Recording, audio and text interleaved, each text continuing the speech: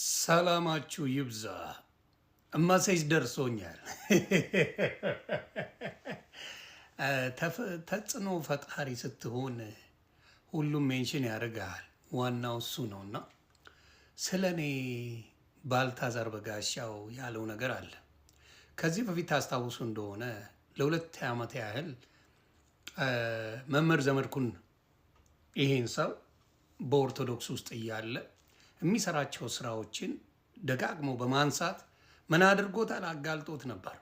ይሄ ሰው ኦርቶዶክስ አይደለም፣ ጸረ ኦርቶዶክስ ነው፣ ባልታዛር ነው፣ ልክ እንደ ትዝታው ሳሙኤል ማለት ነው። እና በጣም አስቸጋሪዎች ናቸው፣ በኦርቶዶክስም የሚያመነዝሩ ናቸው፣ ለኦርቶዶክስ ምንም ጥቅም የላቸውም ብለው ተናግሮ ነበር። መጨረሻ ላይም እንደዛ ሆነ። እሱን ዘርፌ ትዝታውን ምን እንደሚሆኑ ጠንቅቆ ያቅ ነበረ። በቤተ ክርስቲያን ውስጥ መምህር ዘመድኩን ፖለቲካው እንዳለ ሆኖ ማለት ነው። ግን እኔ ገረመኝ። ዮኒ ማኛ ተሳድበ ወደዛ አትሂድ ወደዚያ አትሂድ ምናምን ያልከው ነገር አለ። እኔ እና አንተ የመጣንበትን ወደ ፕሮቴስታንት እምነት ወይም ደግሞ ክርስትናን የተቀበልነው እንዴት ነው? እኔ በአቡነ ገብርኤል ምክንያት ኢየሱስ ብቻውን አዳኝ ነው፣ ብቻውን የዓለም ቤዛ ነው፣ ሌላ ቤዛ የለም ሲሉ ትክክል ናቸው።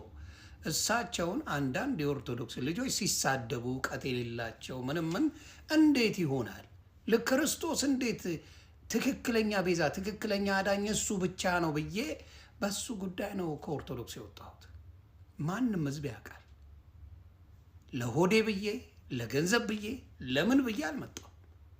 አንተ ሲወጣው አመንዝረ ጌታ ጋር እንኳን ብትንሄድ ትክክለኛው ክርስትና ማለት ለክርስቶስ የምትቆመው ነው። አንተ ለክርስቶስ አይደለም ስታመነዝር ነው ከኦርቶዶክስ የወጣው። አሁን በኦርቶዶክስ እያለህና አሁን ሰብተሃል። ይኸው ስፖርት መስራት አለ፣ ሰብተሃል። ትጠቀጥቃ ጾም የለ፣ ስግደት የለ፣ ማስቀደስ የለ፣ ቆሞ መዋል የለ። ለክርስቶስ ተብሎ የሚደረገውን ነገር አንዳችም አታደርግም። በቃ ዝም ብሎ ኢየሱስ ጌታ ነው ብለህ ዋቴ አድርገህ መውረድ ነው። ዳሴ ኦርቶዶክሶች ሲታረዱ አርሲ ላይ ቃል በቃል የተናገርከው ንግግር አለ። አንተ ምንድን ነው ያልከው? ምንድን ነው ያልከው? ካሴቴን አቃጠሉትና እግዚአብሔር ለምንድን ነው እኔስ እንዴት ተደረገው ብላችሁ ጠይቁ ነው ያልከው ቃል በቃል።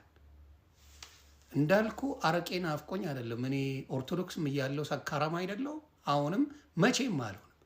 እንደ ሱስ የምጠየፈው ነገር የለም። እኔ እንዳለ ኢትዮጵያዊ ያቀኛል። በዛ ለሱስ ያለኝ አቋም በጣም በጣም በጣም ሲሪየስ ነው። ለምን? ጥቅም የለው። ምክንያቱም እኔ እግዚአብሔር ቤት ነኝ። እኛን ነው የሚለው። እኔ ውስጥ መጥፎ ቆሻሻ ነገር አላስገባም። ገብተዋል? እኔ ውስጥ ቆሻሻ ነገር አላስገባም። አንተ ግን ለመወደድ ብለ መልስ ሰጣለሁ ብለ ተዋርደ ቁጭ ነው ያልከው። አሁንም ነግርሃለሁ፣ የትኛው ዲኖሚኔሽን ነህ? ማናቸውም ጴንጤዎች የምጠይቃችሁ ጥያቄ አንድ አይነት፣ ከየትኛው ነህ? መርጠው ከዳኑት ነው? ዓለም መጣ ከሚለው ነው? ወይስ ጻድቃን ጸሎት እግዚአብሔር ይሰማል የሚለው ነው? ሕፃናት የሚያጠምቁት ናቸው? የማያጠምቁት ናቸው? አንዴ ከጸደቅም በኋላ ድነናል ነው? ወይስ እየዳንን ነው? ከየትኛው እንደሆንክ መጀመሪያ ንገረን። ዝም ብሎ ጴንጤ ብሎ መበጥረቅ አክትመዋል። ከዛሬ ጀምሮ አክትመዋል። ለምን? ይሄን ነገር አጋልጫለሁ። ስላጋለጥኩኝ ምን አታመጡም? ዝም ብላችሁ ፉከራ አይጠቅምም። ስለዚህ እናንተ ስትናገሩ የጽድቅ ነው፣ ዮኒ ማኛ ሲናገር ኃጢአት ነው። ይሄ ነው ደስ የሚለኝ በእናንተ። እናንተን ስትናገሩ እኛን ምንም ችግር የለው።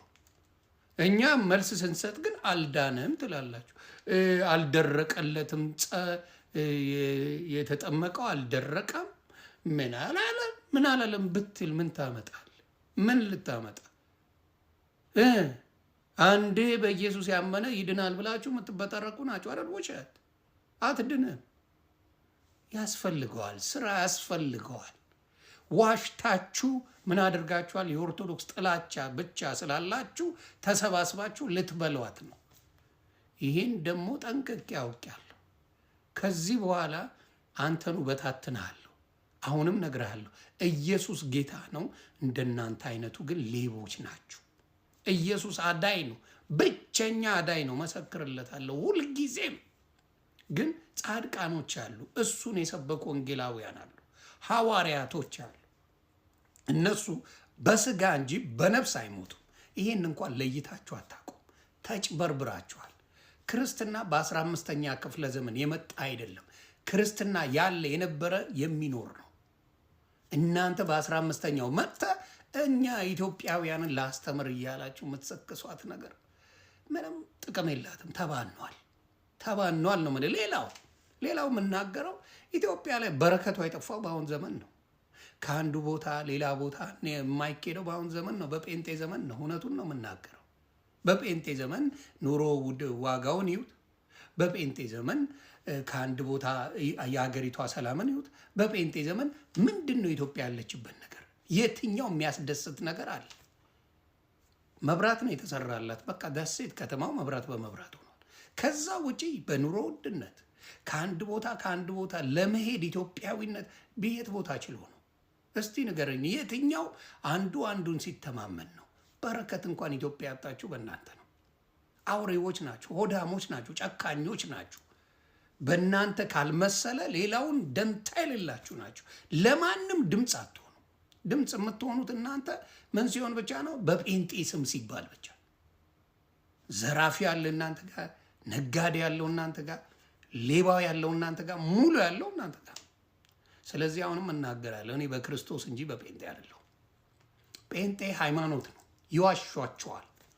ወደ ጌታ ና ብለው ወደ ጴንጤ አምና ነው ቴክኒካሊ።